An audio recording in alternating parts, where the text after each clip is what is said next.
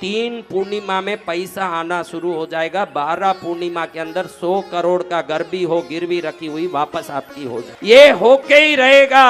आपको एक खास बात आज बताना चाहता हूं। क्या बात? महाराज, किसी के गहने गिरवी रखने पड़े हो, क्या किसी का घर गिरवी रखना पड़ा हो, ये क्यों होता है? गहना गिरवी चले जाता है। गारंटी से एक ही कारण से होता है। किससे होता है? घर गिरवी होता है एक ही कारण से। कई लोगों का मैसेज आता है, गुरुदेव आशीर्वाद दो ना, मेरा गिरवी घर मेरा हो जाए वापस। वो गिरवी घर रखा हुआ, उसका मैं ब्याज भी नहीं चुका पा रहा हूँ, लोन भी नहीं भर पा रहा हूँ, और मैं गहना नहीं निकाल पा रहा हूँ। गहना बेचे हुए लोग भी बहुत हैं। क्या बेचे हुए? आज गुरुवार है तो मुझे याद आया कि ये क्यों होता है, बताऊं। आपने लग्न से, आपके लग्न से आप अपनी जन्म कुंडली देखोगे तो गुरु 6ठे या 8वें स्थान में हो, आप देख लो बराबर। आपके लग्न से 6ठे, लग्न को भी गिनना, समझ रहे हो? लग्न से एक गिनना, 2 3 4 5 6, 6ठे स्थान में हो, 8वें स्थान में हो। जिंदगी में एक बार तो भी गहना गिरवी रखना पड़ेगा। गहने कहीं ना कहीं रखने पड़ेंगे, कभी बेचना पड़ेगा।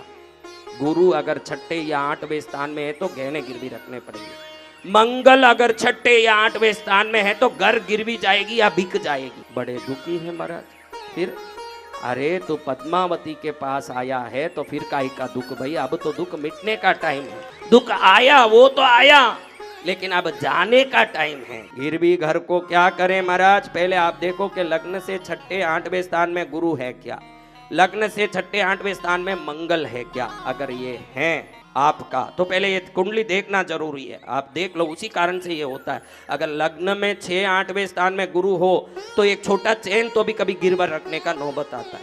6ठे 8वें स्थान में अगर कोई मंगल हो, एक छोटा घर तो भी या जमीन तो भी गिरवी रखनी पड़ती है, बेचनी पड़ती है। दुखी होते कई लोग यहाँ, दुखी बैठे हैं, उनके अपनी जीवन को वो याद कर रहे हैं, रो रहे हैं।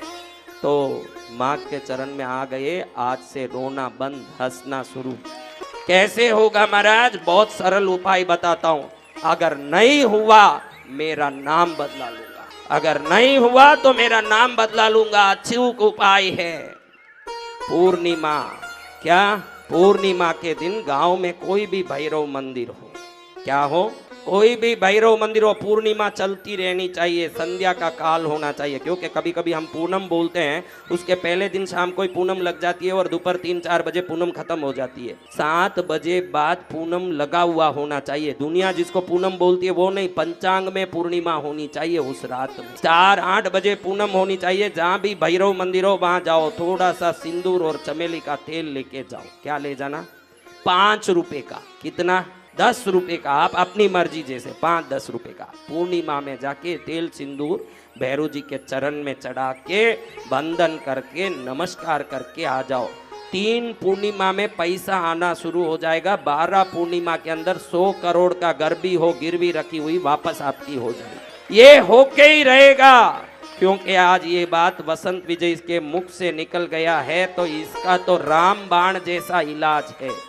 जिस जिसके गहने गिरवी हो गए, जिस जिसके घर गिरवी हो गए, जाओ पूर्णिमा आते ही चालू कर दो, थोड़ा तेल सिंदूर लगा दो। क्या लगाना?